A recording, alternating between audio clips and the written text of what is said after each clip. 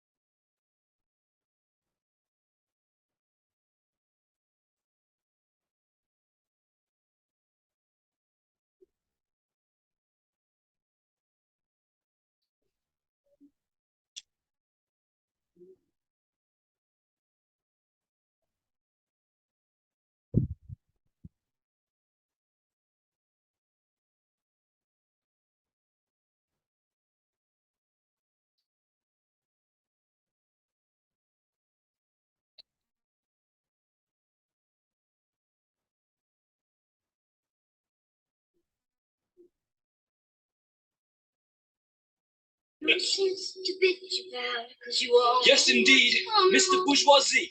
Late at night. You all know who I am. Bow down, motherfuckers. Bow down. Yes, yes, yes. No sense to bitch about, cause you all. Oh, you think I care about your pension, eh? Late at night. Don't care. You know me better than that. Listen. Corporate executive officer, I'm the head honcho who be bossing y'all. I'm a bad motherfucker, literally. See, a tenth of the world is my property. I give him easily, so fuck about your rights. Squeeze green out of you, man, work is your life. But damn labor laws got me under attack. I tried some shit, couldn't get away with that. Like credit unions, the nerve of these slaves. I gave them a job and that's how they repay. I gave them an inch, they wanting a mile. Paying healthcare just isn't my style.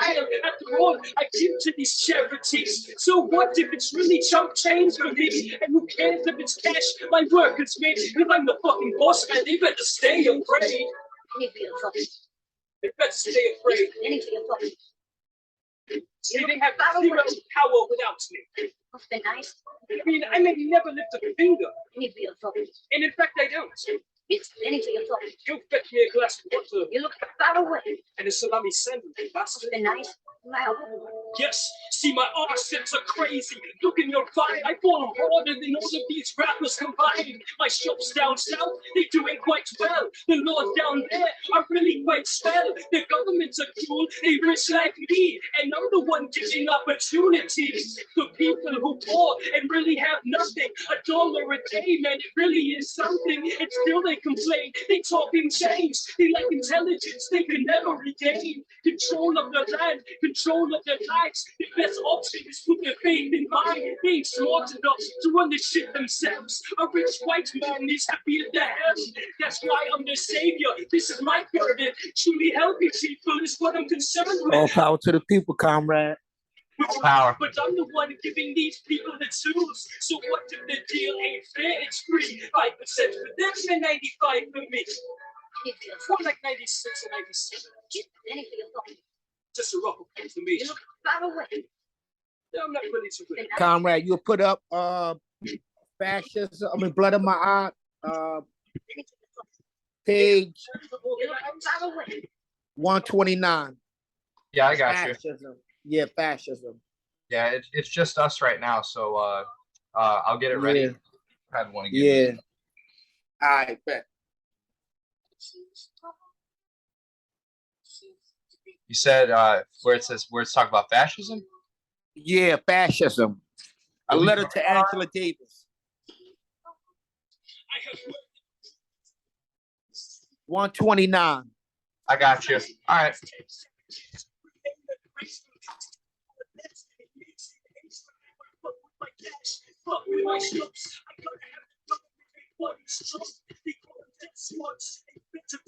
It's justice. It's only short term. My friends in the CIA tell me it's true. Would it be the first time that they had to do something like this? They did it for coke, and I mean the soft drink if you didn't know. They tried to get these Indians to taste the freedom. They didn't swallow it, so they had to. The music sound horrible over the Zoom. Oh, it does? Yeah, it sounds like it's bubbly. Like the words are jumbled. All right, hold on. Jake Hansberry. Mhm.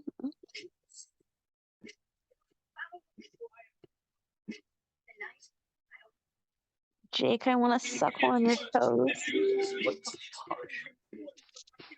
Oh yeah, Jake. What is that? I have no idea. Oh wow. Yeah, you got to get that out of there. Yeah, let's just No. yeah. Yeah. What the fuck was that? I have no idea. Did you guys share this like in a group pages? They shared it on the pages on social media. Okay, then that's probably why. Probably a troll. Yeah, we got a troll. That's all that. That's okay. That means that they're responding to us. That's all that is.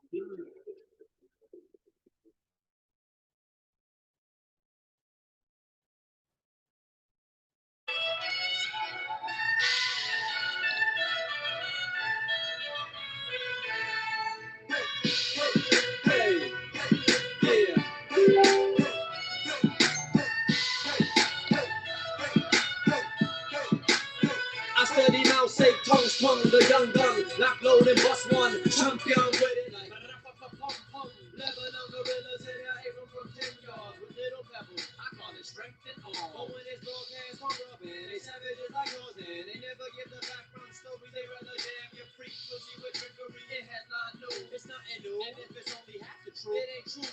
Living proof that gorillas in the Philippines younger won't stop, won't quit till the babies don't struggle. I rumble with cop.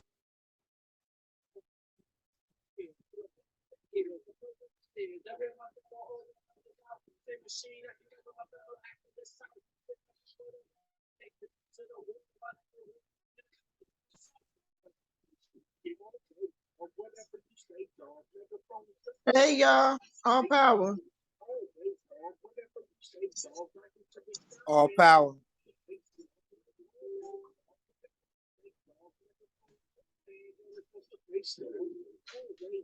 Hi. All power to the people. All power to the people, comrade. I couldn't get my mute off in time. All power to the people.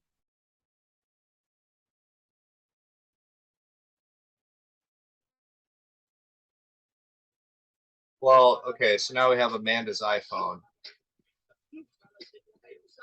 Right. So, you know, have it for Amanda's in class, so that's good.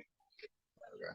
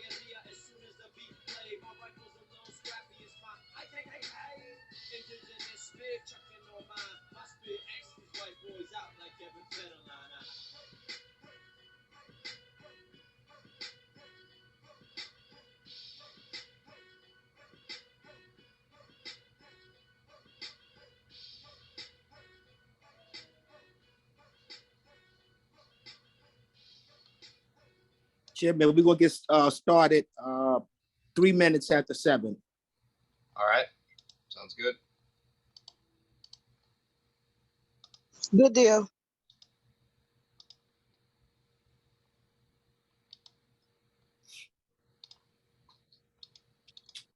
Fuck.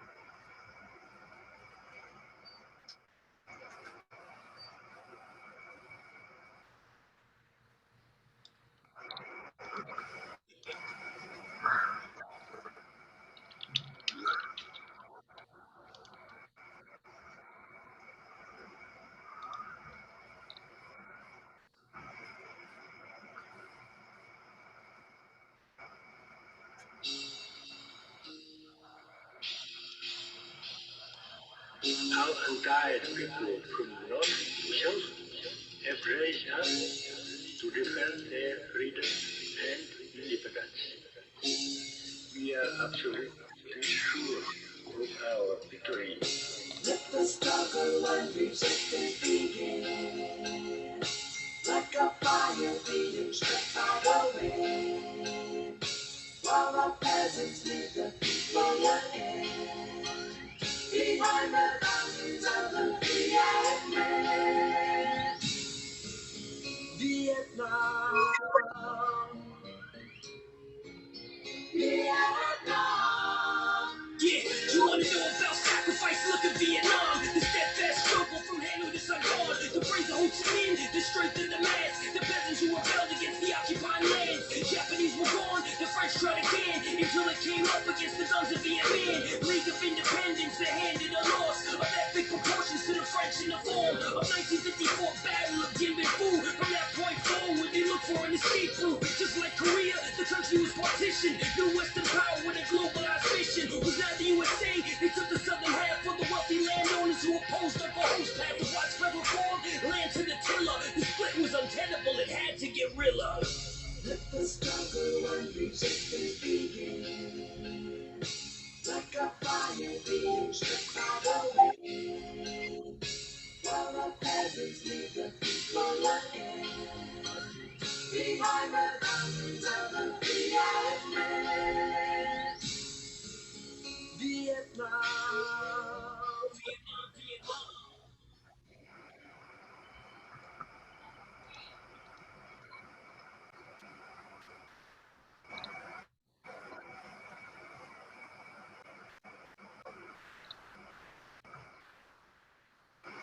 All power to the people, comrades. Can we mute our phones?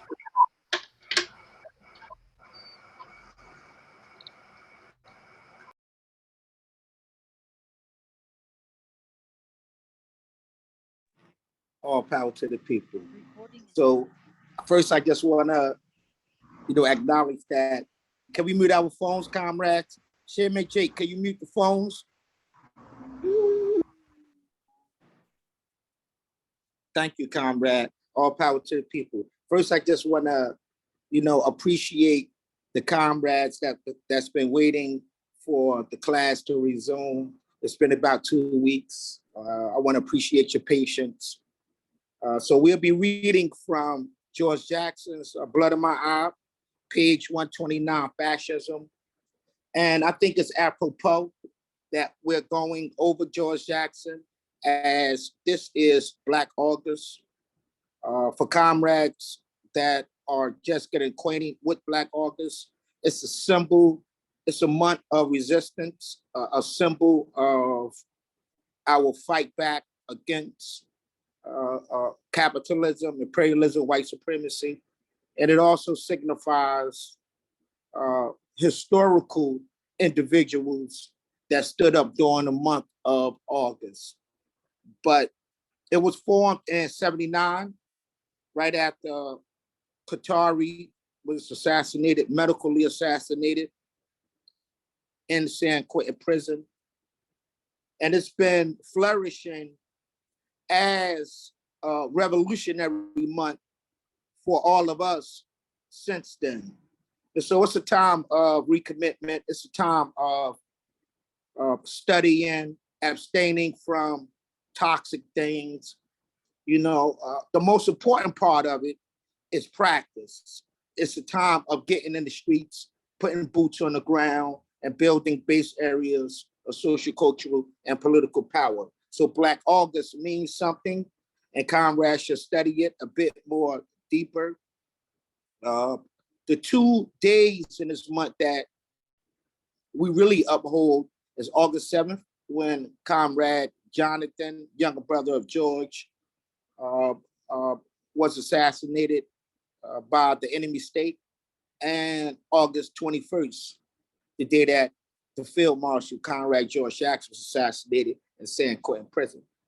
So I want to say all power to the people, to the comrades, boots on the All ground, power to the people. all power to the people. Power. All power to the people. All power to the people. So let us begin. Comrade John, this is George Jackson's lawyer, not the author. I have just finished rereading Angela's analysis of fascism. She's a brilliant, big, beautiful, revolutionary woman, ain't she? I have studied your letters on the subject carefully.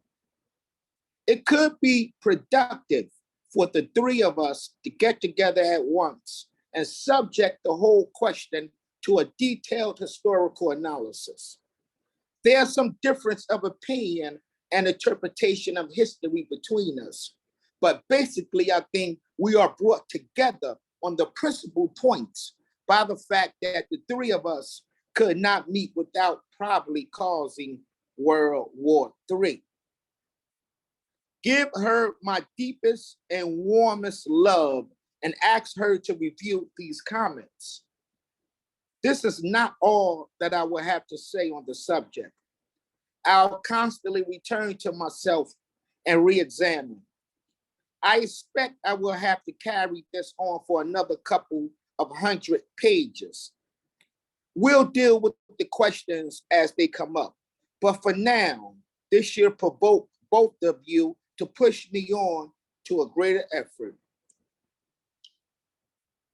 The basis, brothers and sisters and comrades, of Angela's analysis is tied into several old notions. And let me stop right here. When I say Angela, I'm using Angela as a symbol of the degeneration of a lot of those revolutionary vanguard groups that were around in the 60s and the 70s, probably 30s and 40s and 50s, but still are limping today. And so Angela, this analysis is directed to, but it explains also the degeneration of these so-called proletarian groups and why they failed to see America as a fascist state. That's very important. I want to put that on the table right off the bat. The basis, comrades, of Angela's analysis is tied into several old left notions that are at least open to some question now. It is my view that out of the economic crisis of the last Great Depression, fascism, corporativism did indeed emerge, develop and consolidate itself into its most advanced form here in America. Catch that, comrades. Catch that. Because this one paragraph is going to lead to 100 other pages, and why we think this analysis is apropos to the world today. The basis of Angela's analysis is tied into several old left notions that are at least open to some question now. It is my view that out of the economic crisis of the last Great Depression, fascism, corporativism did indeed emerge, developed and consolidated itself into its most advanced form here in America. In the process, comrades, sisters and brothers, socialist consciousness suffered some very severe setbacks. Think of the 21st century or the 20th century. In the process, socialist consciousness suffered some very severe setbacks. Unlike Angela, I do not believe that this realization leads to a defeatist view of history. All power to the people. An understanding of the reality of our situation is essential to the success of future revolutionizing activity. Comrades, brothers and sisters, and probably some enemies listening too, to contend that corporativism has emerged and advanced is not to say that it has triumphed. We are not defeated. Pure fascism, absolute totalitarianism is not possible. What is he talking about? Think about that. To sit down with one another and say that the revolution has failed is not to say that socialism has failed altogether. It only means that our practice has failed. And we got to go back to the drawing board. That's all. We shouldn't be afraid of criticizing each other and saying that we made some mistakes. This is what George is saying here. To contend that the enemy state, corporativism, the banks, has emerged and advanced is not to say that it has triumphed. It has not. It has not. Because the same time that the banks and what we call finance capitalism were emerging, socialism was on the rise. So it did not have complete control. Triumph means you got complete control. You won it. It's over. It's done. And no people has been under that kind of rule since humanity has started. There have always been resistance. That's what Mao said. Classes fight each other. One class eat another class since the advent of states in history. That's all, man. That's all I'm trying to say. You know, folks get upset when you criticize their practice or their organizational practice. What's wrong with a little bit of criticism? It makes you stronger. It makes your bones strong. It makes your mind more on point. So, brothers and sisters, Comrade George Jackson said, hierarchy has had 6,000 years of trial. It would never succeed for long in any form. Fascism and its historical significance is the point of my whole philosophy on politics and its extension, war. My opinion is that we are at the historical climax, the flashpoint of the totalitarian period. The analysis in depth that the subject deserves has yet to be done. Important as they are, both Wilhelm Reich's and Franz Newman's works on the subject are limited. Reich tends to be over-analytical to the point of idealism. I don't think Newman truly sensed the importance of the anti-socialist part of fascism, the anti-socialist movement, the shock troops, those cats on the ground that fight against their own interests. That's what he's talking about, the anti-socialist movement. Fascism can't, as a state, can't survive without people on the ground supporting it, poor people. Behemoth is too narrowly based on the experience of German National Socialism. So there is so much to be done on the subject, and time is running out. If I am correct, we will soon be forced into the same fight that the old left avoided. And what's wrong with him saying that? He ain't hurt nobody's feelings. The old left did avoid a fight with the enemy state. They collaborated, a lot of them. What is the purpose of the House Un-American Activities Committee? What was it set up for? Come on, comrades. He ain't saying nothing wrong here. It is not defeatist to acknowledge that we have lost a battle. How else can we regroup and even think of carrying on the fight? At the center of revolution is realism. To call one or two or a dozen setbacks defeat is to overlook the ebbing and flowing process of revolution, coming closer to our calculations and then receding, but never standing still.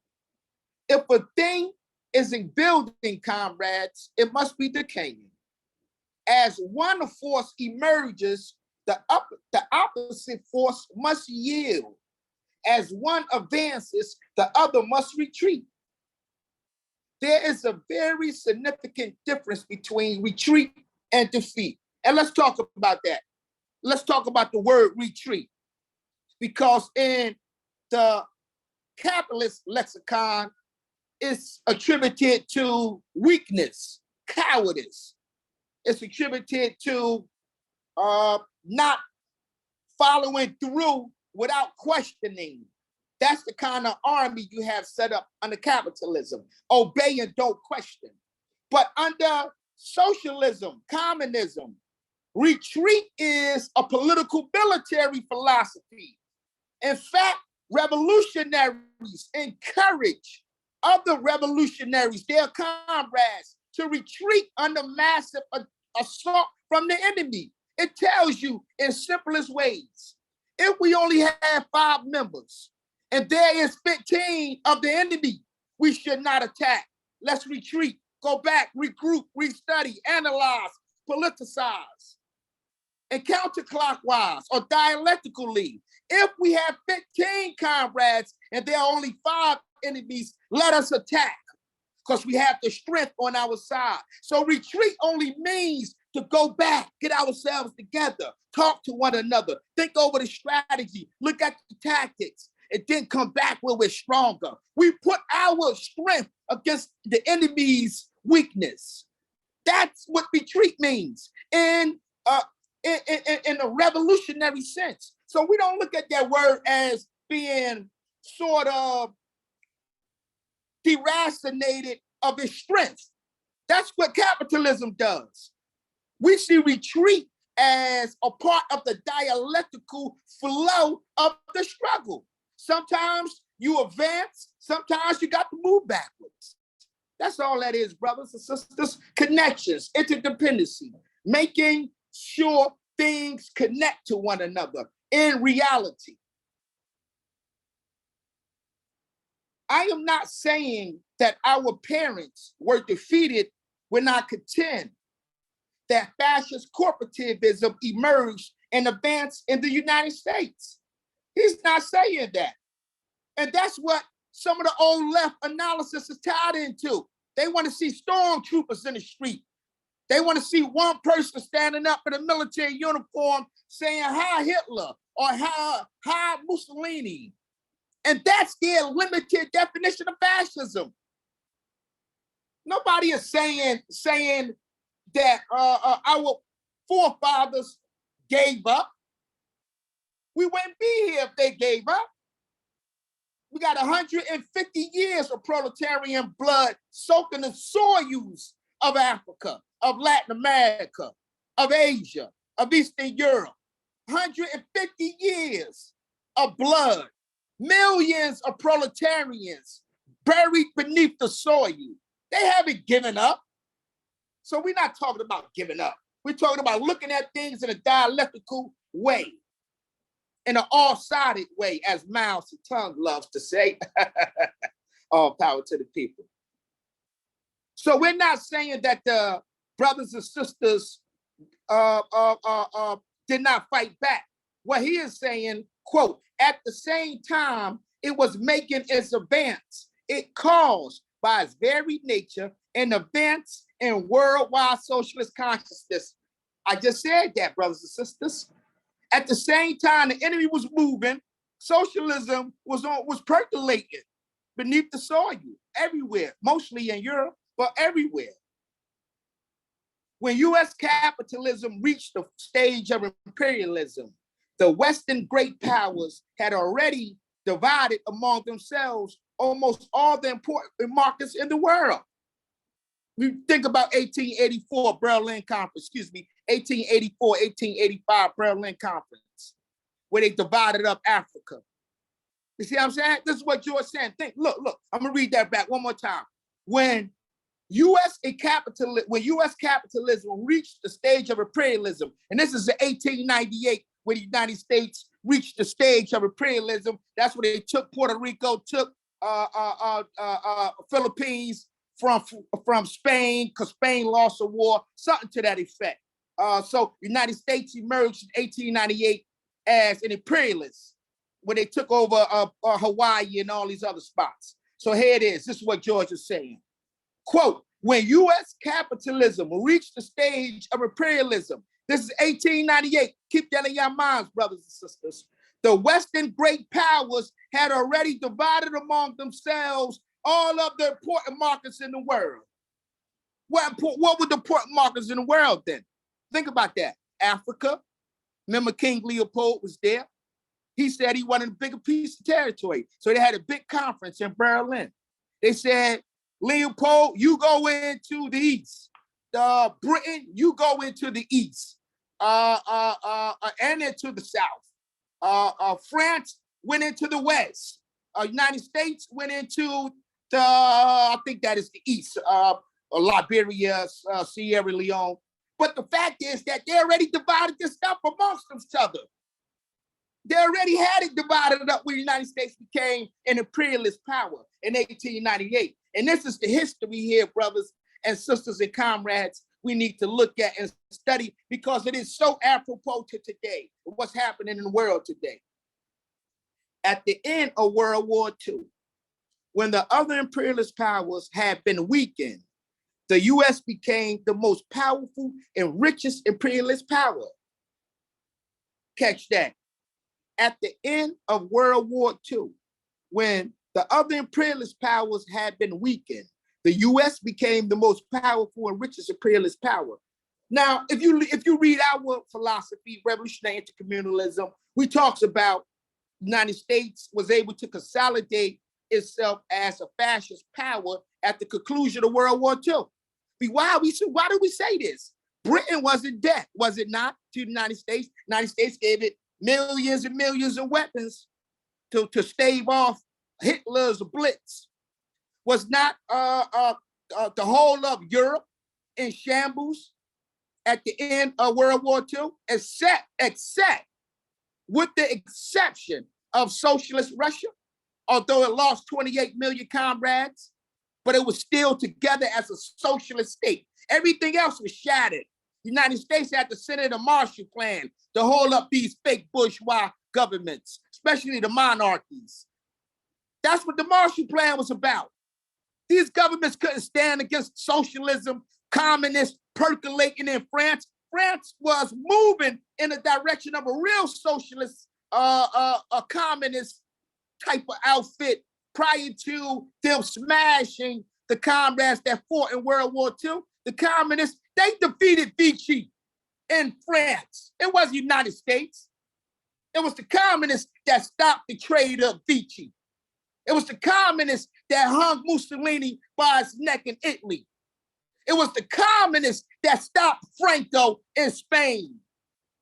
It was the communists all over the world that fought to blood, sweat, and tears to defend the dignity of their brothers and sisters everywhere under assault by totalitarian oppression. And the United States, under the Marshall Plan, devised a nasty, nefarious, deleterious policy to strip the communists of power when they were being elected all over Europe. Go back and read the history of Europe between 1942 and 1953. Go read the history. There were communists being elected. And the United States gave those governments guns, money, and CIA guidance, and they went in shooting them down. In Greece, they bought, the communists defeated the fascists in Greece. The United States went on the side of the fascists in the street and had them go against their own brothers and sisters. So I'm telling you, we don't just talk this stuff. We looked at history, and history proves to us that the United States emerged as a dominant power in 1942 at the close of the Civil War. History shows that. At the end of World War II, when the other imperialist powers had been weakened, the United States became the most powerful and richest imperialist power. Meanwhile, the world situation was no longer the same. The balance of forces between imperialism and the socialist camps had fundamentally changed. Imperialism no longer ruled over the world, nor did it play a decisive role in the development of the world situation. What is Uncle G out talking about here? Remember what I said, brothers and sisters? I said that at the close of World War II, everybody else was affected by the economic capitalist cycle at the close of World War II. They were all in debt to the United States, but Russia was not on that orbit.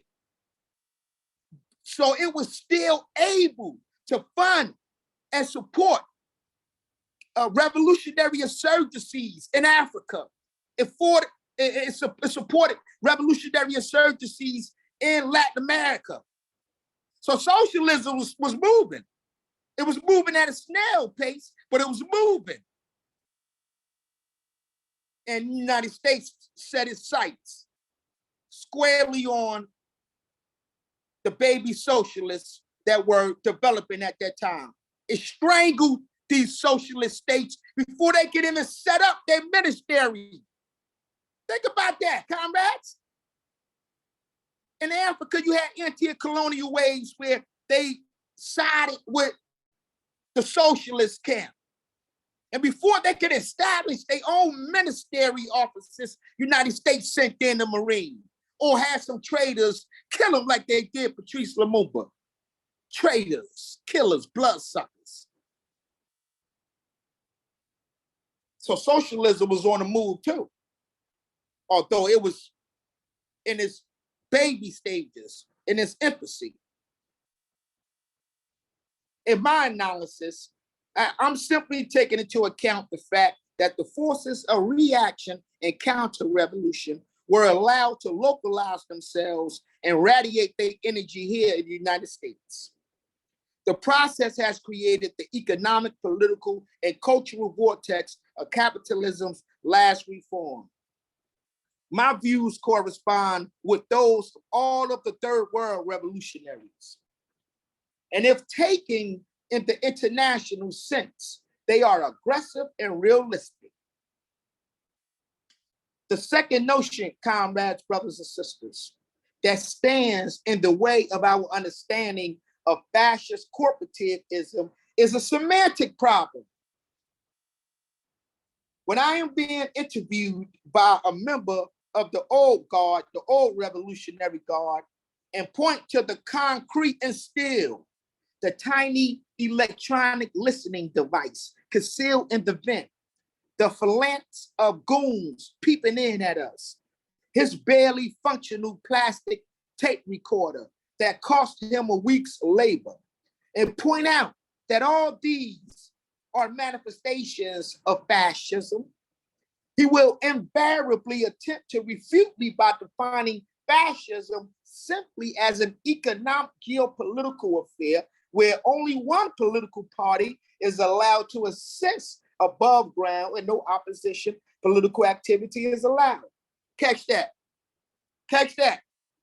Because I talked previously about how some in our movement today still see fascism as stormtroopers with big boots on, marching in sync, a cadence, guiding them in their march.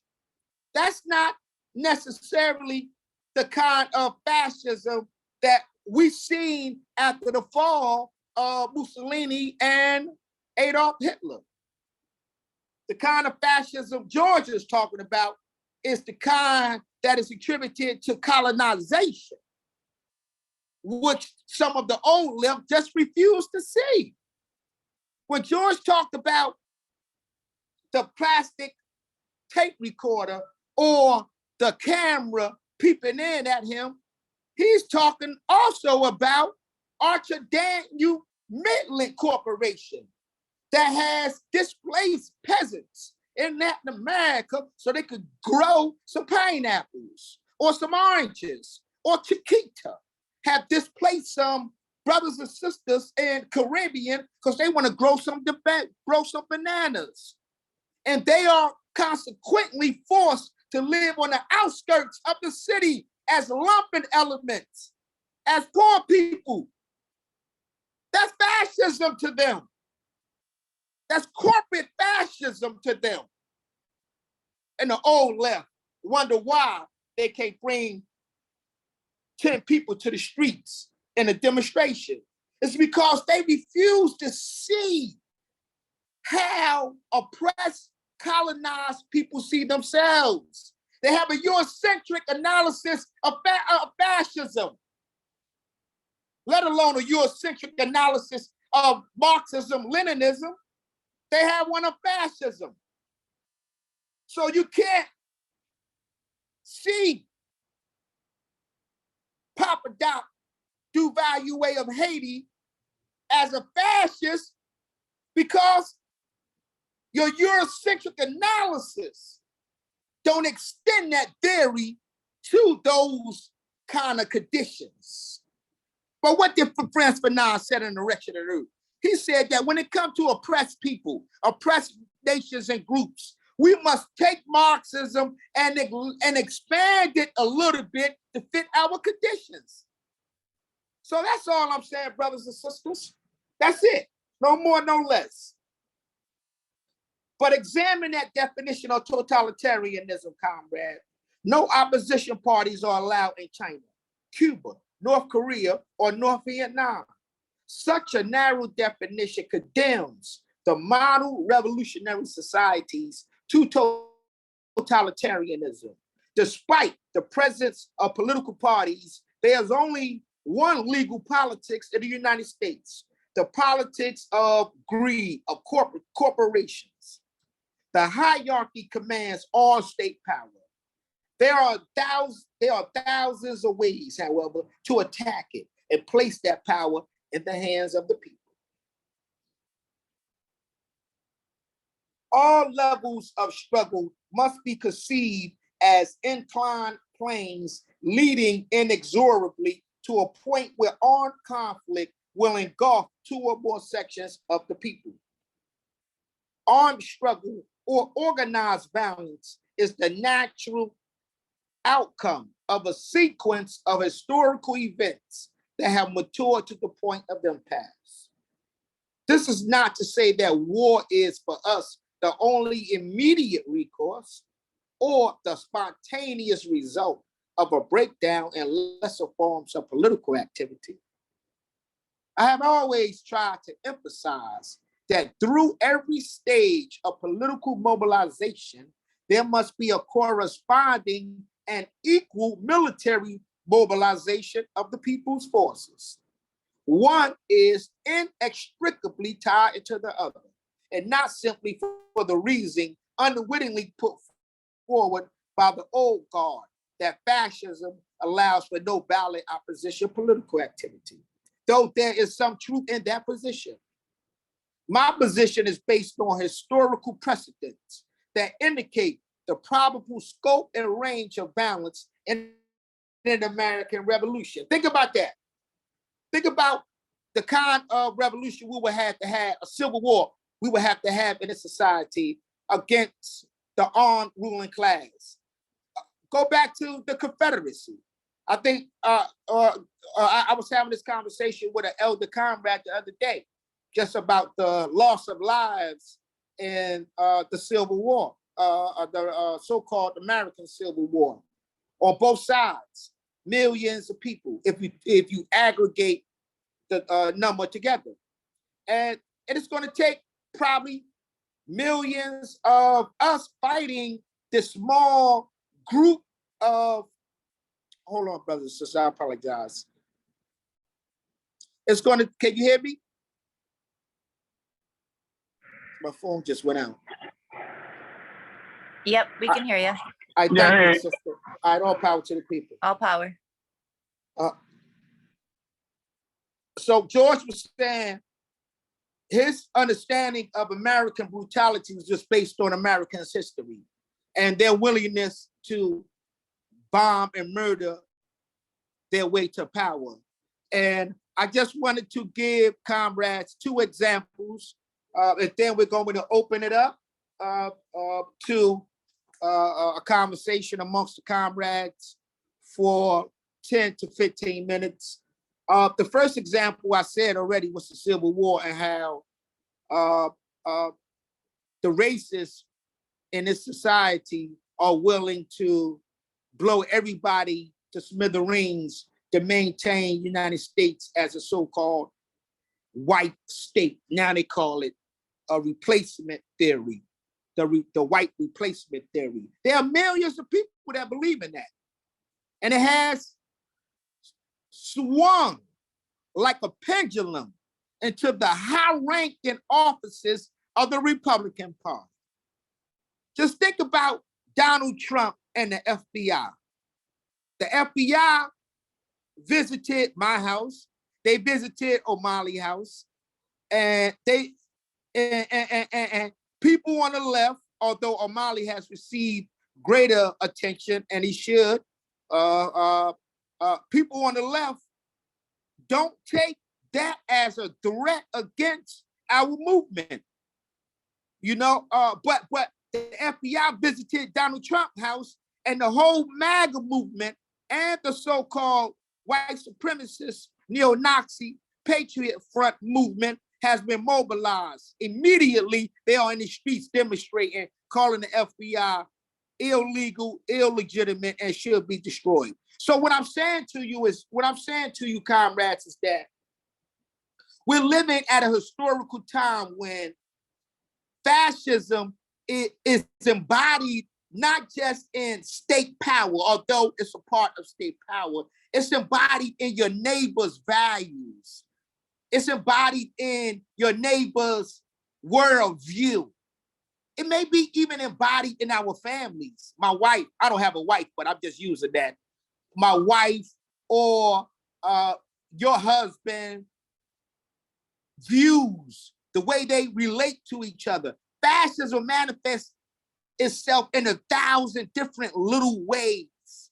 And that's why it's good to have criticism and self-criticism as an instrument to point out our incorrect ideas and our incorrect views. So, brothers and sisters, the final part is World War II.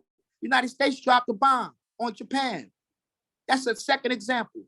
They dropped the bomb, and Japan was already defeated. Think about that. The MacArthur, this so-called big military general in the imperialist army, already had Japan and the emperor defeated. But the bomb, brothers and sisters and comrades, was not meant for the Japanese people. It was not meant for Japanese civilians. The bomb was meant as a threat to Russia, the Soviet power in the East, because they defeated and stopped the Nazis. Japan had a socialist communist insurgency on its hands. They were being trained in China. The Japanese comrades were fighting against their own bourgeoisie with Mao and them. They went back to Japan. They were fighting in Korea. This is where Kim Il-sung made his bones. He was a student in the Patrice Lumumba University when World War II was going on. Kim Il-sung, the founder of North Korea. He went back, but he went back to China. He went to China and got trained by the PLA and went back. That's when the Soviet armed power sent their military weapons, comrades, political commissars to help him. And he defeated France. until the United States came in. Y'all know the rest of the history. But what I'm saying to you, brothers and sisters, is that comrades was on the move all over the world. They were fighting back. They were not just sitting back and resting on their laurels. And so that bomb that murdered, 2 bombs that blew up Hiroshima and the other, Nagasaki, the bombs that blew up Nagasaki and Hiroshima were meant to intimidate and cower the rising socialist power in the East. United States didn't give a goddamn how many Japanese babies, elders they murdered. And this is not hyperbole. I'm not making this stuff up. All you gotta do is look at that little girl in Vietnam running down the street, her back on fire from napalm bombs. United States murdered 3 million Vietnamese. Dropped bombs, 500-pound nuclear bombs on Vietnam, blowing to smithereens whole villages, communities, and today they live with cancer, Agent Orange. I'm not making that up. If I'm telling you they didn't care about the Japanese people, and that's why they dropped those bombs, I'm giving you a comparison. I'm giving you from 1942, August of 1945, up until they dropped those bombs on Vietnam at the conclusion of the Vietnamese War, 76. 3 million Vietnamese died. I don't even have to go to Africa. They didn't even count them as statistics. Africans were not even seen as human beings. Come on, brothers and sisters. I'm making a good comparison here. We live under a bloodthirsty, violent monster that will murder and kill in order to maintain its ruling class dominance here and around the world. And if anybody disagrees with that, they can leave this study. All power to the people. Turn it over to you, Chairman Jake.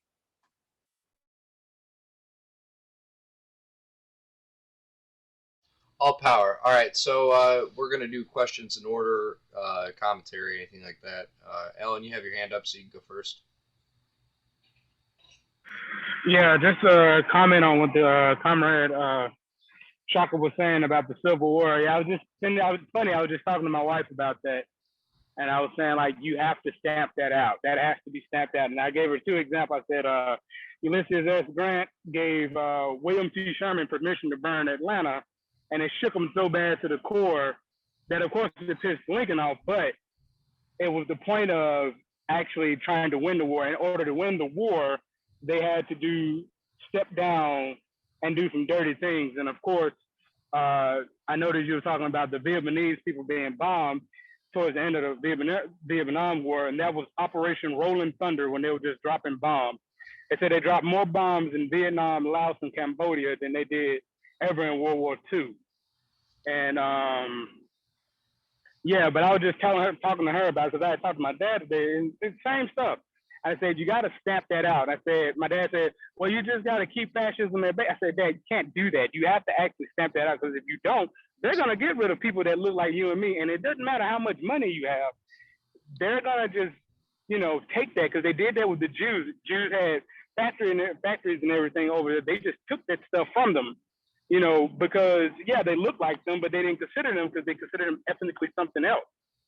And same thing here in the that's why we have a problem in the South. That's why the South is a problem in the United States, because they never stamped it out.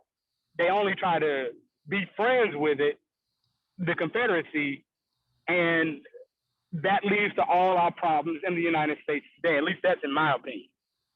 Anytime the United States tried to progress, the Southern senators always had a way to keep things from progressing. Even Jim Crow Joe himself used to side on the side of segregationists, just to get stuff, that's the whole point of the filibuster, to stop, to use fascism to stop progress.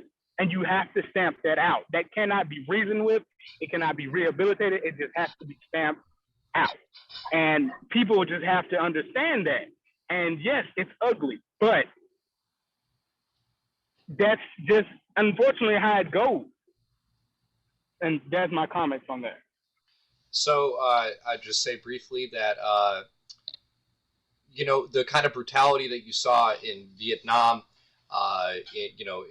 as of recently in places like Iraq and Afghanistan, and then previously from that with the operations in South America, chiefly Operation Condor, and the various different operations that were conducted, in Southeast Asia aside from Vietnam.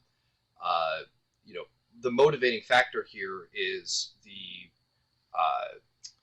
necessity of capitalist markets to expand abroad, to consolidate control over certain regions and the resources within them.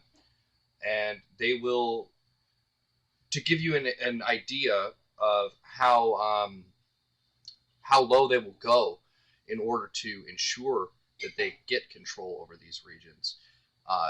As Shaka was saying, the U.S. was prepared to use strategic nuclear weapons in Vietnam if China had joined into the conflict and began sending troops to support the North Vietnamese.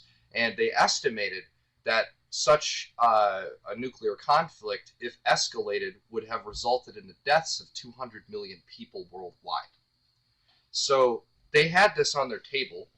Multiple generals, alongside with Nixon, were considering using nuclear weapons in Vietnam, given that scenario. And so it's important. Like Alan says, this can't be stamped out. I mean, that this is an anti-human position to hold. The use of nuclear weapons would be a catastrophe for the entire planet. Even one nuclear weapon going off can send radiation into the atmosphere that gets carried through air currents and into the ocean currents, and it contaminates drinking water. It makes farmland unusable. It renders the animals that we consume unconsumable, because these particles get into their bodies. It gets into the plants. It gets into the soil. It gets into the water, and it would cause widespread famine and devastation. It would kill millions of people. And the idea that they would be ready to use these weapons, in the face of the revolutionary states of the world, to consolidate their control over markets, it's absolutely sinister. It's like a supervillain. You want to look for supervillains in reality, you don't need to look any further than the U.S. government, and they can, they show us that time and time again. Tom, you have your hand up.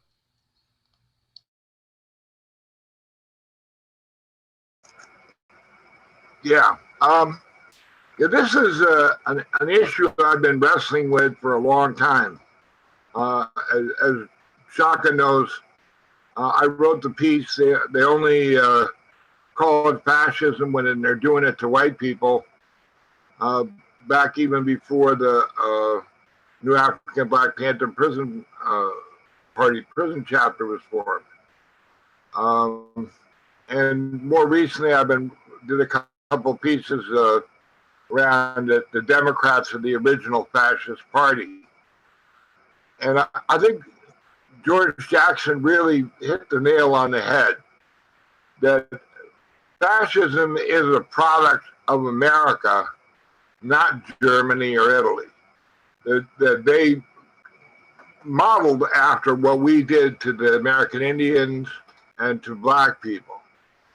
And you go back to Andrew Jackson and the Trail of Tears, which was a direct result of the invention of the cotton gin and the conversion of the Deep South into a massive killing fields of growing cotton, where they literally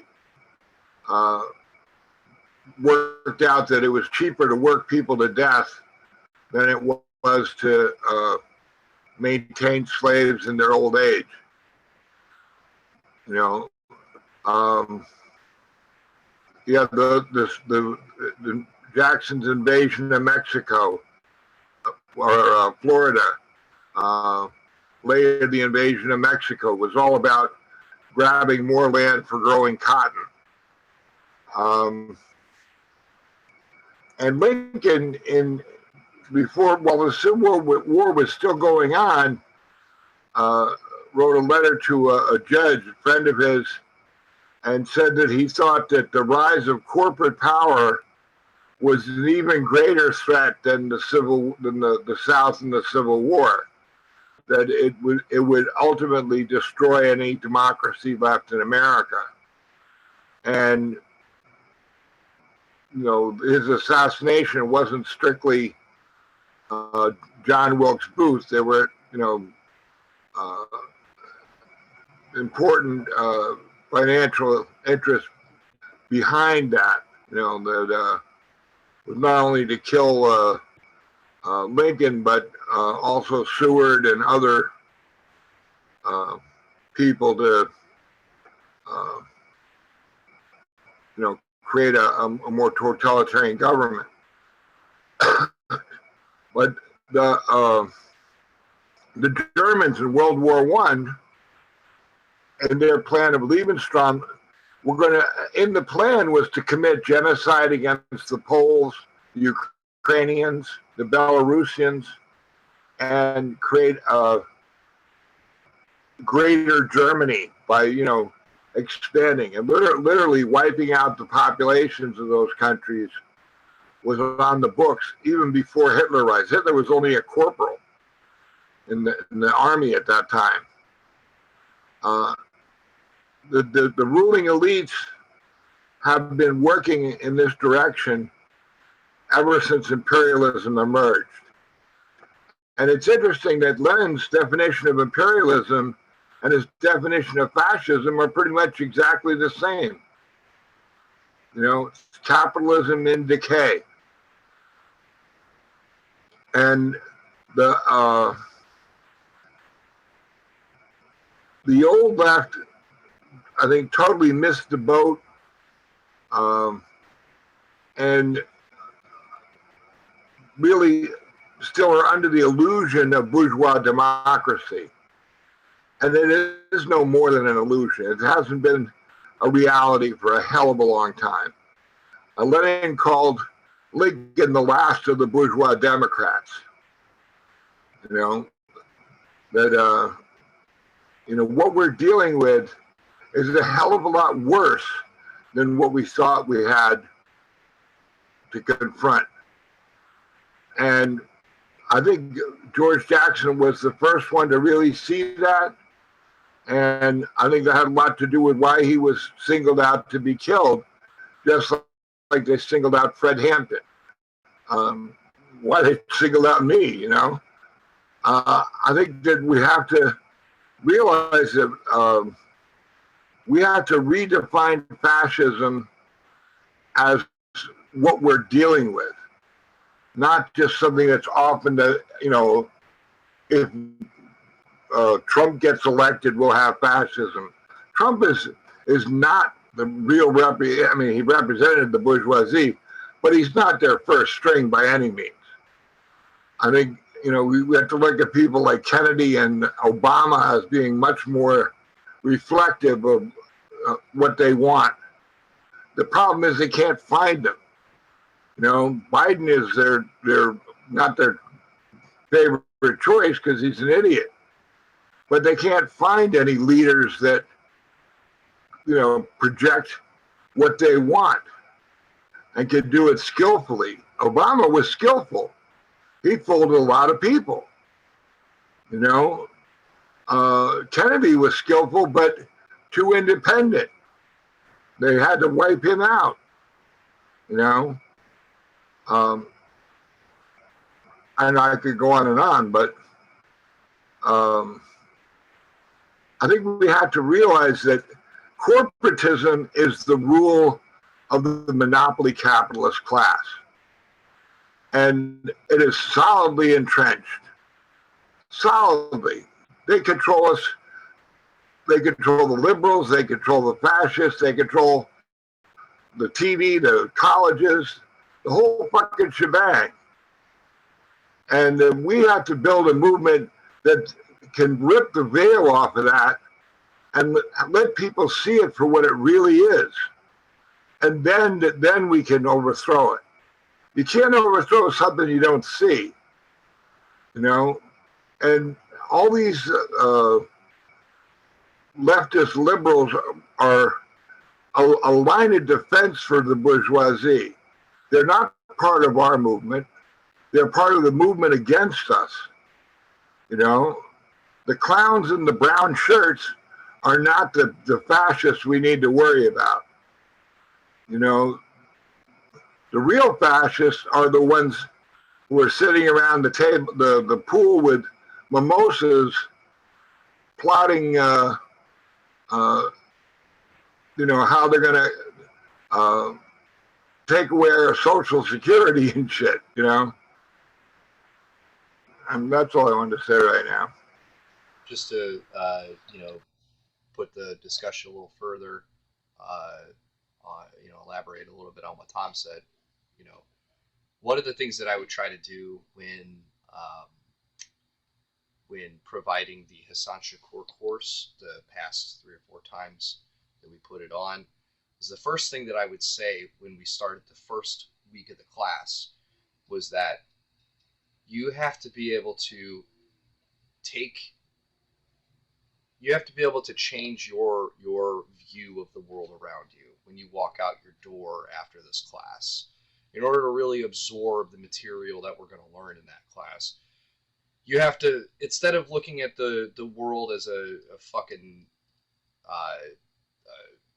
basically a parking lot with McDonald's and gas stations everywhere, you have to look at the world from the point of view of a French citizen in the early 1940s, in the period of time where France was under the Vichy government. That's the position that you should take when you walk out your door. You should see the world around you as fundamentally under the control of a class that is completely separate from you. It's under the control of people who own 99% of the infrastructure that you're looking at, and there's less than 10% of them. And they have control over the army, they have control over the government. This is an enemy government. It doesn't represent your interests. And taking that worldview and reading this stuff, instead of the position of safety and privilege, living in your home and going to work every day, coming and seeing your dog and all that, instead of taking that position, taking the position that, hey, you're actually under enemy rule. Your ancestors have been, 200 plus years. Some of your ancestors were directly enslaved under such system. And so, taking that position, you begin to see, this literature for what it is. It tells you exactly the material conditions around you. It gives you the historical context. It tells you what you need to do in social practice. So,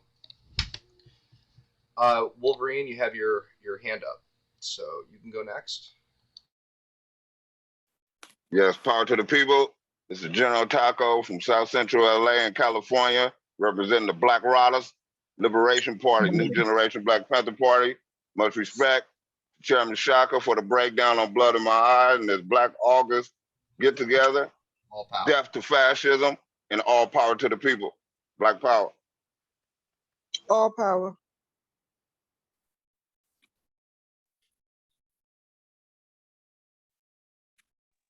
So if we don't have any more commentary or questions or anything, we can continue reading. I'll give it back to Shaka.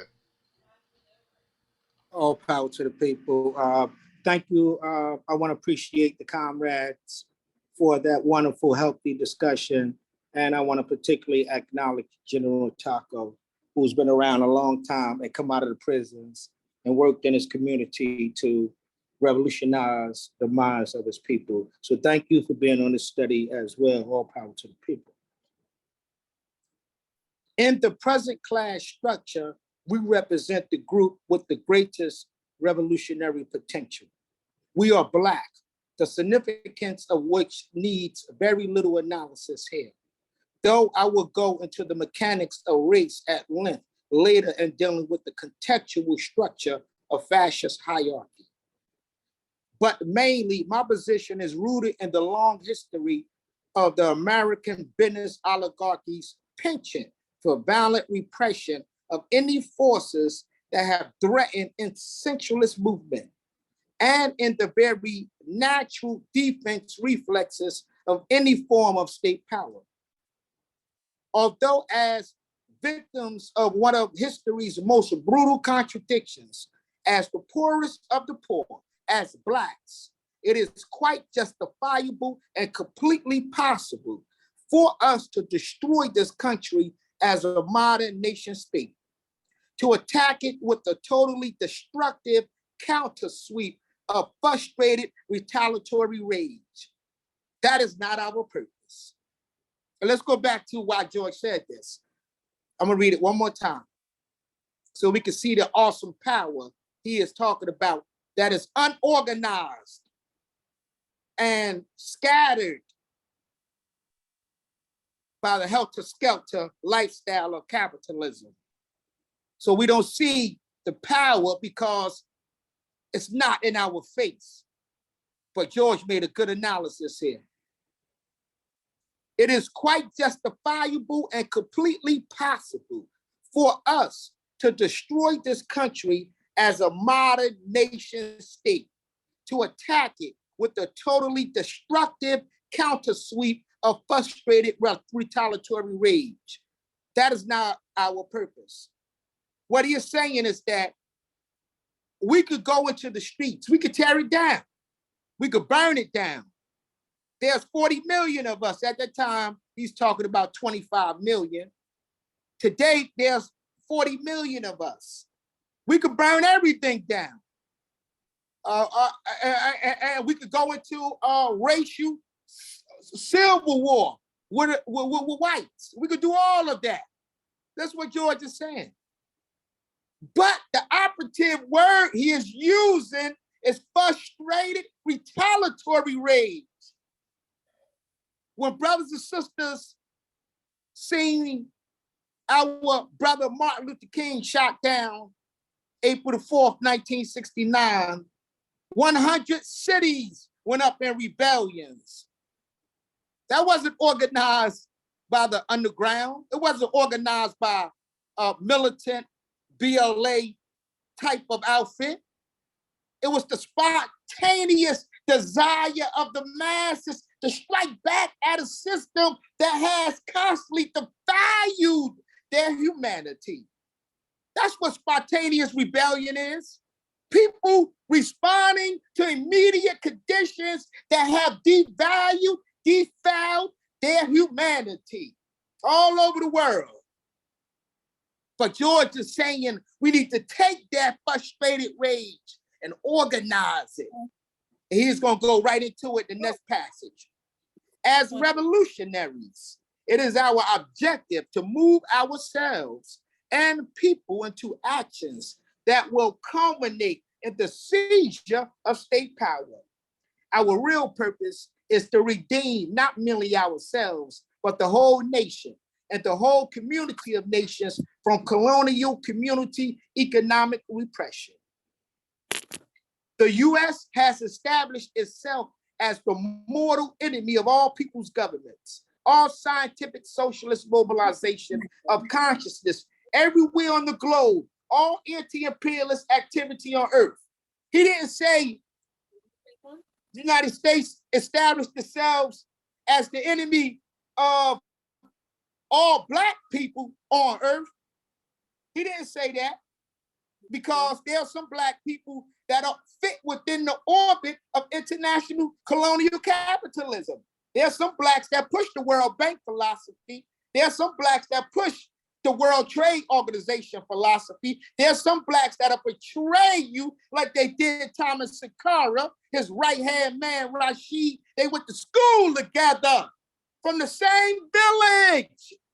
and Burkina Faso. They went to kindergarten together. They matriculated into high school together. 18 years old, they joined the colonial army. Thomas Sakar, comrades, Chairman, can you mute the phones, please? Chairman, Jay, can you mute the comrades' phones? It's muted. And Thomas Sakara and Rashid, the traitor, went from being babies in the same village, kindergarten, high school, into the army, overthrew the colonial army, became leaders of Burkina Faso. And Thomas Sakara, the great, great martyr of our brothers and sisters, went to sleep one night, trusting his longtime comrade, his blood brother. He fought in the trenches against the white colonial and black puppet forces to establish an independent Burkina Faso. Woke up the next morning to rifles in his face, pointed at him from his former comrades. So this is not a race struggle. This is a class struggle. Although race impacts class, it infuses class, because we wouldn't be dealing with white supremacy if it didn't. It's a byproduct of that shit. That's what Fred Hampton said. It's an important byproduct because it defines and delineates our passage to freedom or stops our passage to freedom. That's what racism, white supremacy does, because it got the workers fighting against each other. It got blacks fighting against each other for crumbs off the enemy table. You got whites wanting to keep everybody in the world under the boot of authoritarian white supremacy because of a pseudoscientific idea of replacement. First of all, this ain't your country, white boy. To think about it, you stole this. You murdered your way to power and took it from the indigenous brother and sister. And then you imported millions of Africans to work the plantation fields. That's the reality of this country. It belongs to those, first of all, who were here first, and second of all, who tills the land. And that is us, oppressed people and workers, not the rulers, not their hirelings, and certainly not the pigs and military, CIA, and the other 16 intelligence agencies. We're dealing with a nasty enemy. And the only way we could defeat this enemy is to sense that our power comes through organization. This is what George is saying. The US has established itself as the mortal enemy of all people's government, all scientific socialist mobilization of consciousness everywhere on the globe, all anti-imperialist activity on earth. The history of this country in the last 50 years and more, the very nature of all its fundamental elements and its economic, social, political, and military mobilization distinguish it as the prototype of the international fascist counter-revolution. Catch that. The United States is the Korean problem. The United States is the Vietnamese problem, the problem of the Congo, Angola, Mozambique, Middle East. It's the Greece and the British and Latin American guns that operate against the masses of common people. So, comrades, brothers and sisters, all you got to do is say, replace the word Korean. United States is the United States, the Venezuelan problem, the Cuban problem, the Iraqi problem, the Syrian problem, the Libyan problem. Y'all know what they did to these governments in the last few years. That's why I'm naming it. They chopped off, decapitated the head of Libya's government, Muammar Gaddafi, on a lie, a pretext. The enemy Barack Obama said in his book, And I didn't read it, so because I just would have threw up, vomited if I read the whole book. But there's a passage where he apologized for murdering Muammar Gaddafi. It is a shame. It is egregious.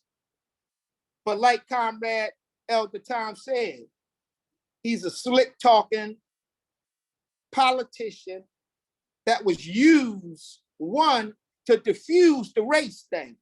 You got a black man up there, so you can't really use the race thing, you know. Oh man, you know, they holding us back, you know, black people can't become president. Oh, well, here you go. We got one made in Harvard for you. We got one made in Princeton for you. Manufactured by the think tanks.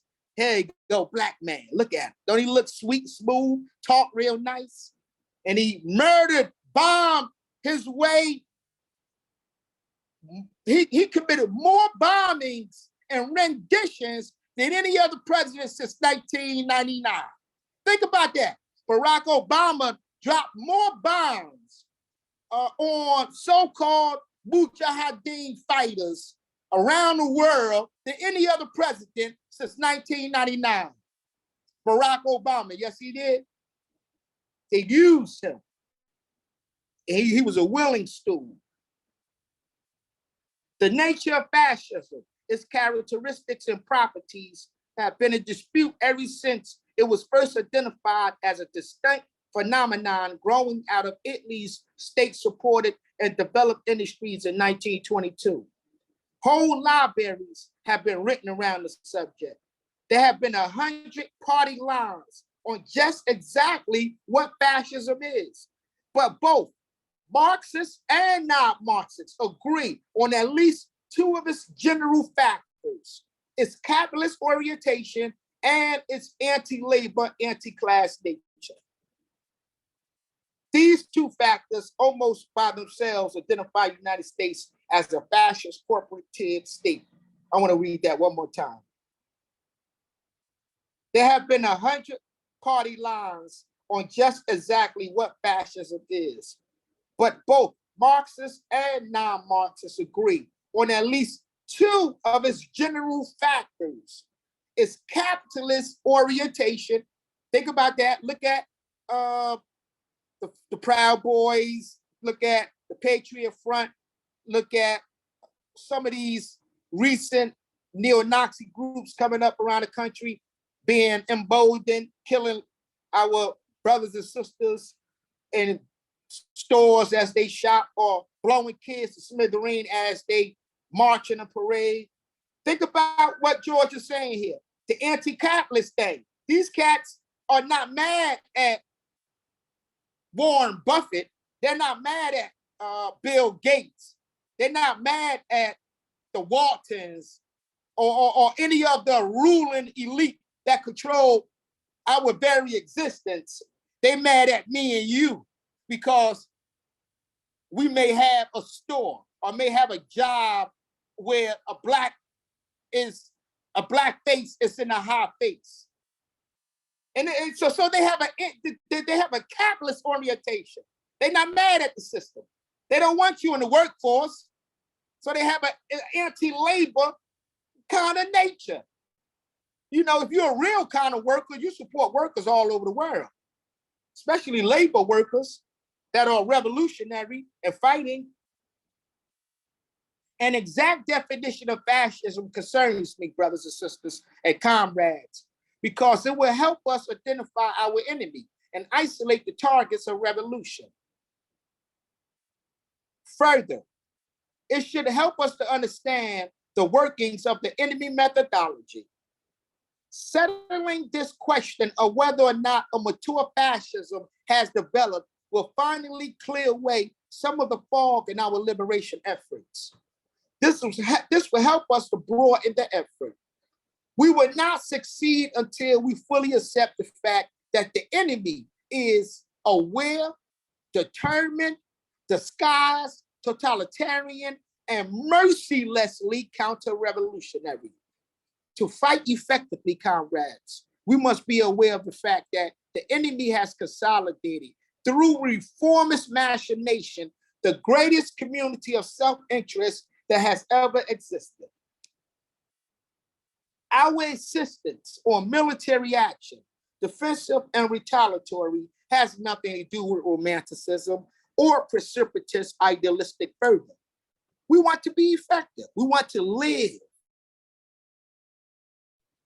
Our history teaches us that the successful liberation struggles require an armed people, a whole people, actively participating in the struggle for liberty.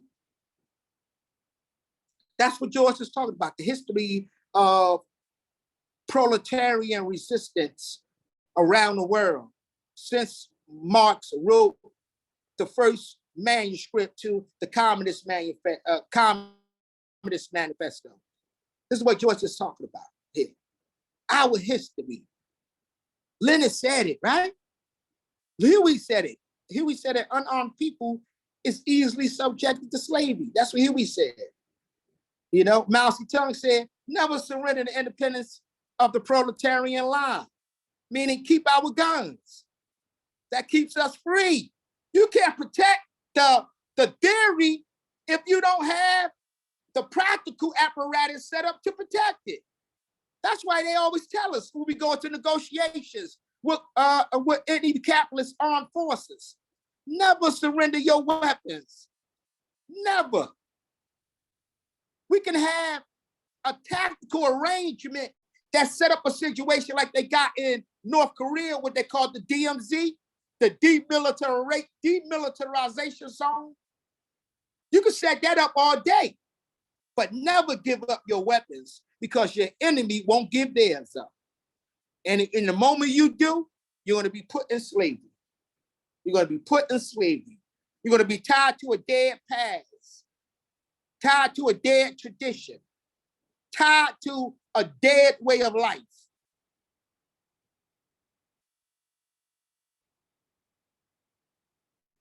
So we want to be effective. That's all. We want to win.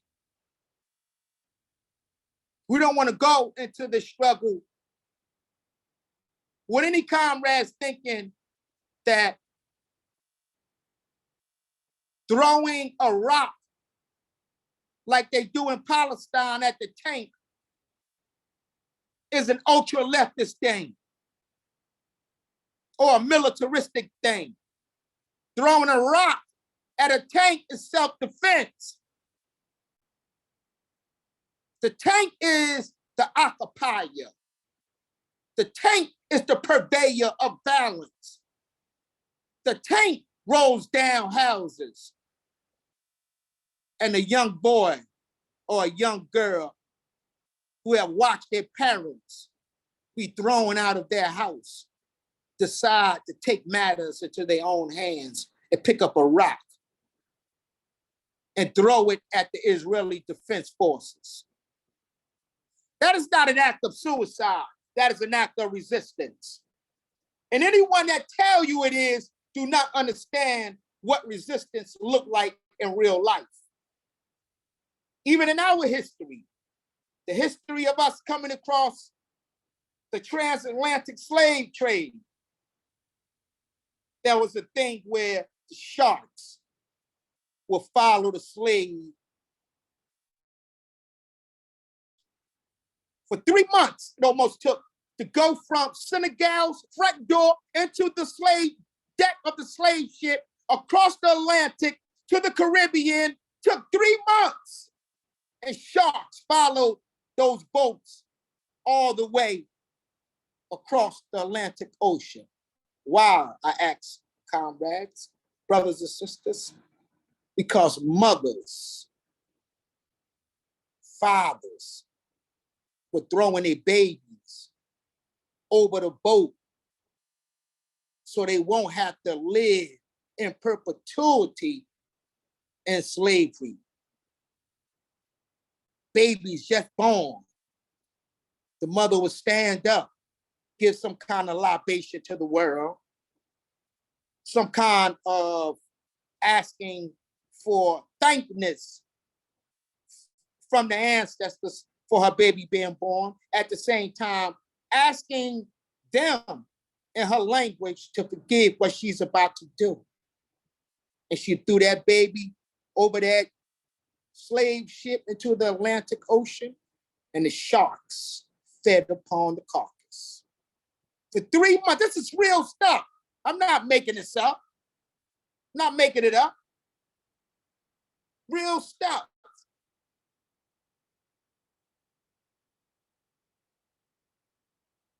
So the final definition of fascism is still open, simply because it is still a developing movement. We have already discussed the defects of trying to analyze a movement outside of its process and its sequential relationships. You gain only a discolored glimpse of a dead past. No one will fully comprehend the historical implications and strategy of fascist corporativism except the true fascist manipulator or the researcher who is able to slash through the smoke screens and disguises the fascist setup. Fascism, brothers and sisters and comrades, was a product of class struggle. It is an obvious extension of capitalism, a higher form of the old struggle. Capitalism versus socialism. Isn't that interesting? You know, that every kind of variant economic system that comes out is a part of capitalism and anti-socialist. Isn't that something? I don't care if it's a monarchical kind of system, is anti-socialist. It's a feudalistic kind of system, anti-socialist. It's Islamic kind of system, theocracy, anti-socialist. Although Iran and some other countries that, still Iran still have some aspects of socialism in their society. But the point is that any economic system that develops out of capitalism is necessarily an extension of anti-socialist practice. Anything, that's why socialism is so powerful. Anything come out of socialism is going to be freedom, justice, equality, love, happiness, the establishment of respect, the dignity for our sexual proclivities, dignity for our intellectual and moral proclivities that advance the new socialist society. Anything come out of socialism is collectivized. And that's antithetical to capitalism, which is individualized. That's why socialism is hated. That's why Fred Hampton Sr. said socialism only means the people.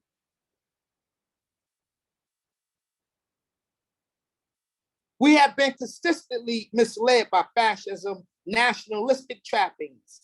We have failed to understand its basically international character. In fact, it has followed international socialism all around the globe. One of the most definite characteristics of fascism is its international quality. And on a note, brothers and sisters, I want to thank you again for attending our study. This is the first study in the second cycle of the Hassan Shakur Political Education class. Once we are through with Blood in My Eye, we're going to go over to Huey P. Newton. So comrades should start getting Huey P. Newton's reader, the Huey P. Newton reader. We have it in our library. So I would advise comrades to get that ahead of time. I'm going to turn it over to Chairman Jake for some final words from our brothers and sisters for about 10 minutes. And we're going to close it down to next Tuesday. First, let me also remind our brothers and sisters in the Panther Revolution that we'll be speaking next week in Harlem. I'll be out there with Sekou Odinga, Jalil Mutakane and them at the Curve Fest. I'll be speaking at the People's Church. So be mindful for that. We're going to attend the first Rainbow Coalition in September of 29th in Chicago, our first Rainbow Coalition nationally. All of us gonna come together. So we're gonna have hundreds of people out there for that. So and September the 9th, for comrades, I was given an invite and by Sunayati Okoli's family. And September the 9th, they will be having a big meet and greet with Sunayati. This would be the first time everyone would be seeing him after being in prison 53 years. That would be at the People's Forum in Manhattan. So I want all of the comrades to put that on their agenda as well. This is going to be huge with Sunayati. Revolutionaries from all over the world is going to be there. And it's a great time for us to just thank him for his service and his valiant courage under fire.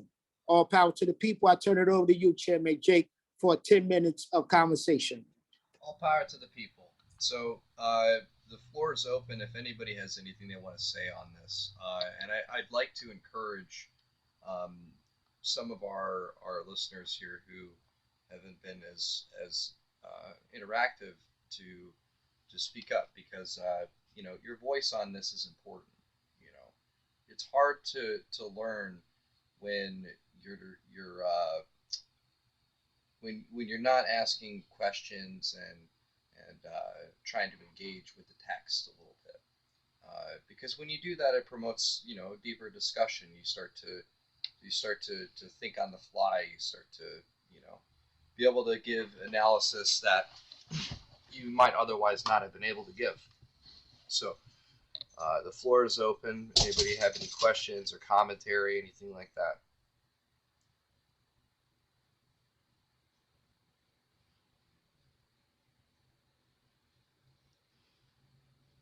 I'm sure somebody has something. Honestly, I have millions of questions, and I'm trying to wrap my mind around one of them because I have so many notes. I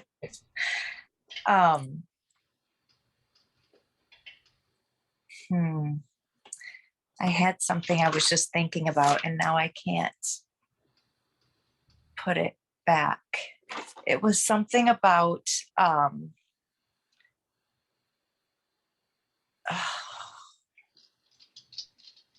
okay, swing back around to me, please. I'm sorry.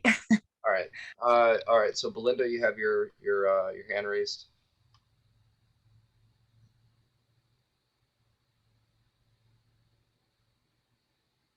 You'll have to unmute yourself. Oh, sorry, I accidentally. All power to the people, comrades and comrades. This is Queen Belinda Barnett Andrea. I'm a former member of the Black Panther militia in Indianapolis, Indiana chapter. I currently moved back here in 1998, and I've been here present ever since. What I wanted to know, and I don't want to hold anybody's ear for hostage, is does the organization have a P.O. box? So when our comrade Shaka Zulu goes out and he travels to all these places with the way things are now in the economy, so we can support him.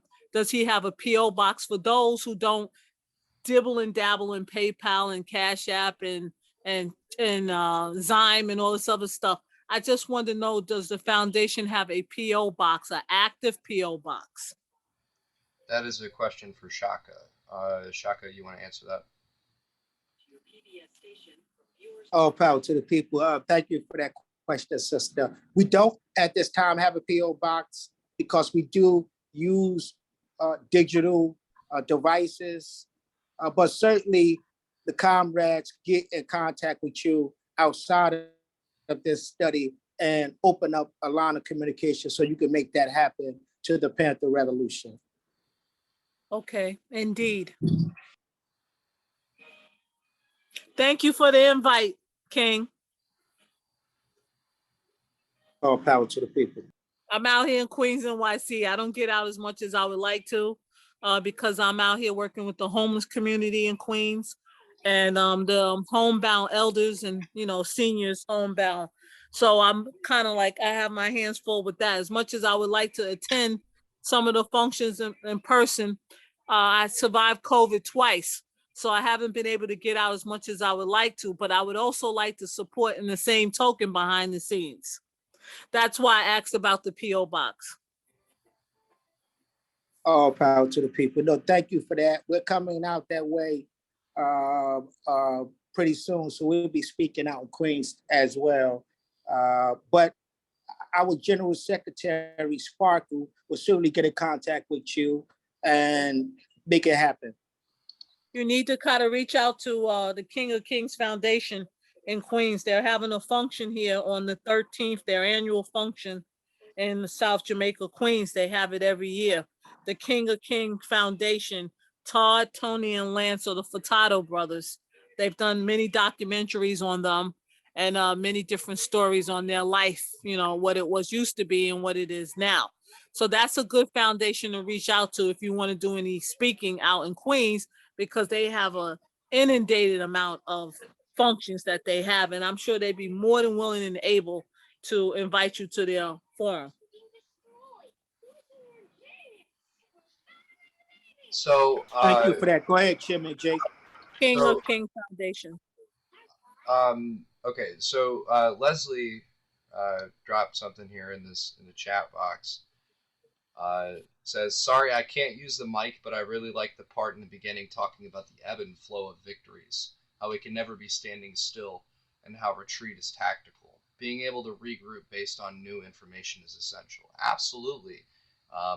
You know, as Shaka was saying, retreat is often considered an act of cowardice.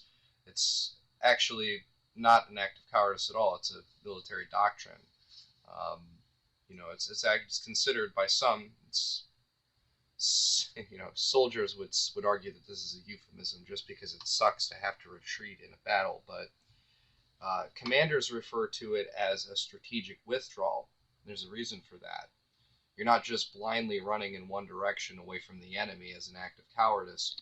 You're trying to find a better position, and you're actively returning fire or you know, something like that. It's a tactical kind of retreat. It's not a full-blooded or you're not being fully overrun in that way when we talk about strategic. And think about it this way, Chairman Jake. Think about in 1927 when Mao Zedong and the comrades were a part of the KMT, and Sun Yat-sen died, and this nationalist cat, Chiang Kai-shek, rose to power. Prior to that, there were interaction in the KMT between the communists and the nationalists, and their tactical alliance was based on getting rid of the 6 colonial powers that was eating up the land of China, that was feasting on the resources of China. And that's why they were in the KMT. Mao, in 1927, the KMT nationalists turned on the communists, murdered tens of thousands of communists, tens of thousands. And Mao Zedong and the remaining communists went on what they called the Long March, the greatest military trek in all of history.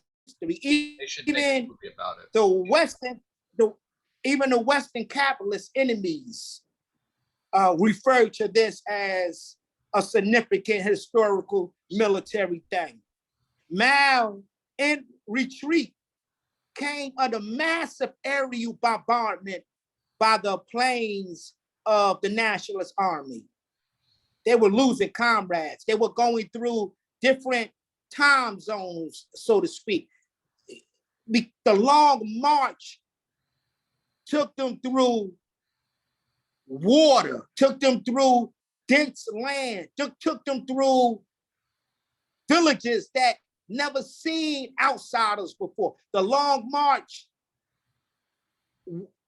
took them to heights of ideological, political, and military development that enabled them to reconstitute and Chang and the Shakan Mountains in 1931. That long march showed them who they were. That long march gave them character, gave them dignity. They lost. Think about this. The long march was a whole year. It wasn't for no 2 days. It wasn't for no 2 weeks. They went from one part of the country to the other part of the country under fire from their enemy.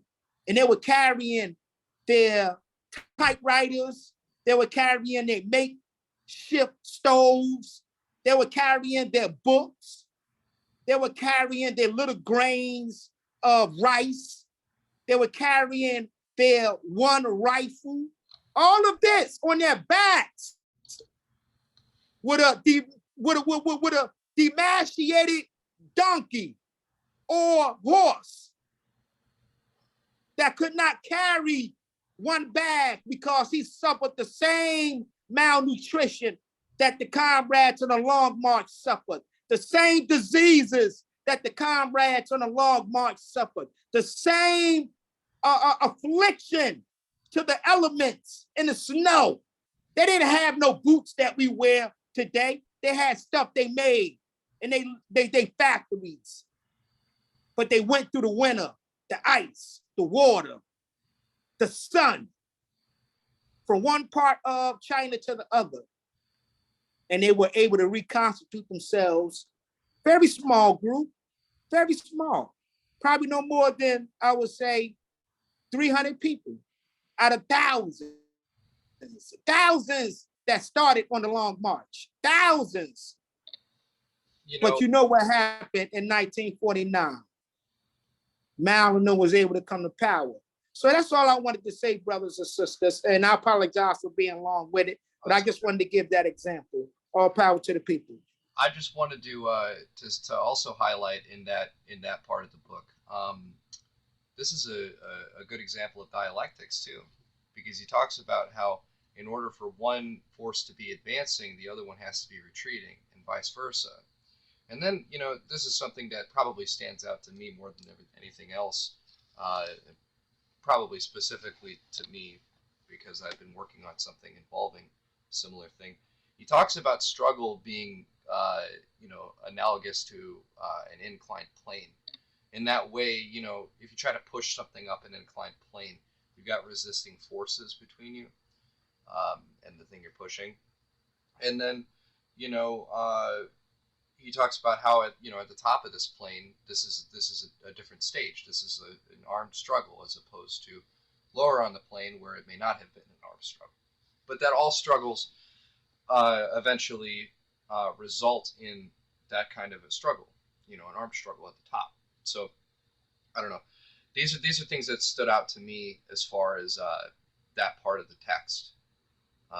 It's actually, and it's interesting how many different ways he's captured that kind of this kind of metaphor, really, because he's not only talking about, as you put it, retreat not being an act of cowardice, but actually being a strategic thing. But he's also using an example of dialectics that if you examine, it could be a value. So it's almost like it has two kinds of readings on it, And Tom, you have your hand up. Yeah, I was gonna say, Muhammad Ali had put it really well. To float like a butterfly, sting like a bee. When the enemy attacks, you're like the butterfly. He can't hit you. You're trying to catch a butterfly with your hand, you can't catch it. But when the enemy is vulnerable and you see your opportunity, you get in there and you sting like a bee. Now put it, enemy attacks, we retreat. And when the enemy retreats, we attack. You get them. Only a fool fights on the ground that the enemy chooses. You keep being elusive until you see your opportunity. Like the Russian general that defeated Napoleon, defeated him by retreating all the way to Moscow and even letting him occupy Moscow. And then the whole retreat back to France, they were all over him. You know, but by the time he reached France, his army was ruined, completely destroyed without a major battle. You know, I think there would be a lot to gain if we,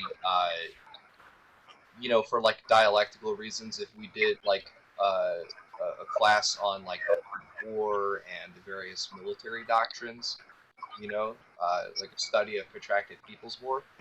I know it's not, we can't, it isn't something that would be implemented now. We're not at a stage where, you know, a protracted people's war is possible, but there are processes in that I think are, they're good mental exercises, and there's a lot of history involved that we could probably grow from learning.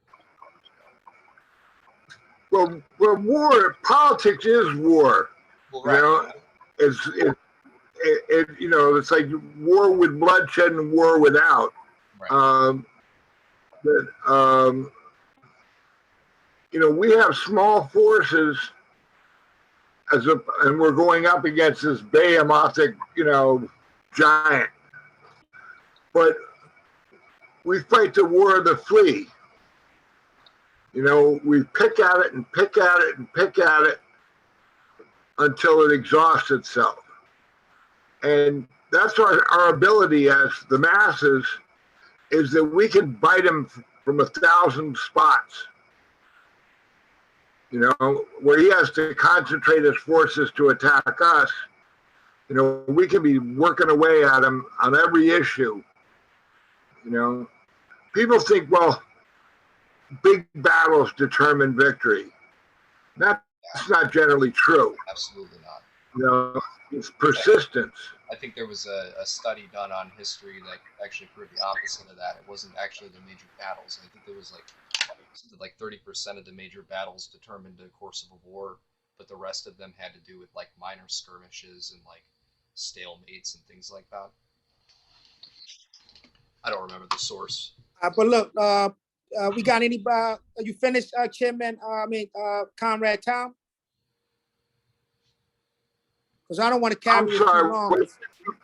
No, I was just saying I want the other comrades to chime in because we're going on 2 hours on the study, and I don't want to keep two people on the phone too long. So we could talk about the other stuff in our other classes.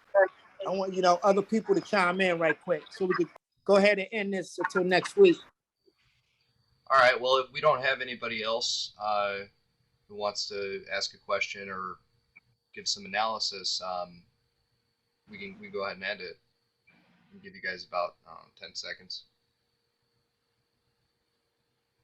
Amanda, do you remember what it was that you? No, it was something. It was something in World War II, and it was something that had. It was a correlation between two things, and I had the question, and now I can't think of what it was. But that's what I really find interesting is seeing all of the things that have happened in these wars in Vietnam and World War II and with fascists and how much they really have everything to do with what's going on today. So hearing a lot of the history on it and hearing like the aha stuff it's really kind of interesting. But no, I can't remember exactly what my question was. I hope I do though, because I was like, what? And then now I can't think of what it briefly, it made me think of something when you mentioned the kind of the context of what your question was around. Fascists are bloodthirsty. They're anti-human, so they'll kill each other. And the goals of one fascist might be antithetical to the goals of another. And an example of that is the Germans and the Italians. They were trying to dominate Europe and then consequently the rest of the world. And as a result of their efforts to try to do that, they ended up crippling their country's ability to survive. And it gave the American fascists it was basically a power vacuum. It's kind of like a debt vacuum. Across the world, it gave the American Empire the ability to launch, the neo-colonial campaigns of of the 50s, 60s, 70s, 80s, 90s, all the way up to the day. Mm-hmm. Yeah, absolutely.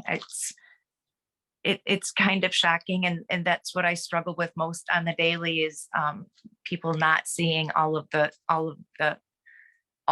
fascism all around us and everything that we do and see and drive and eat. And I mean, it's everywhere, and it's everywhere. And that's why it's so interesting to me to think how far back it goes, like my grandfather was taken prisoner of war by Nazis, and escaped and fighting all of this so many years ago. And it's just, it's insane. It's insane.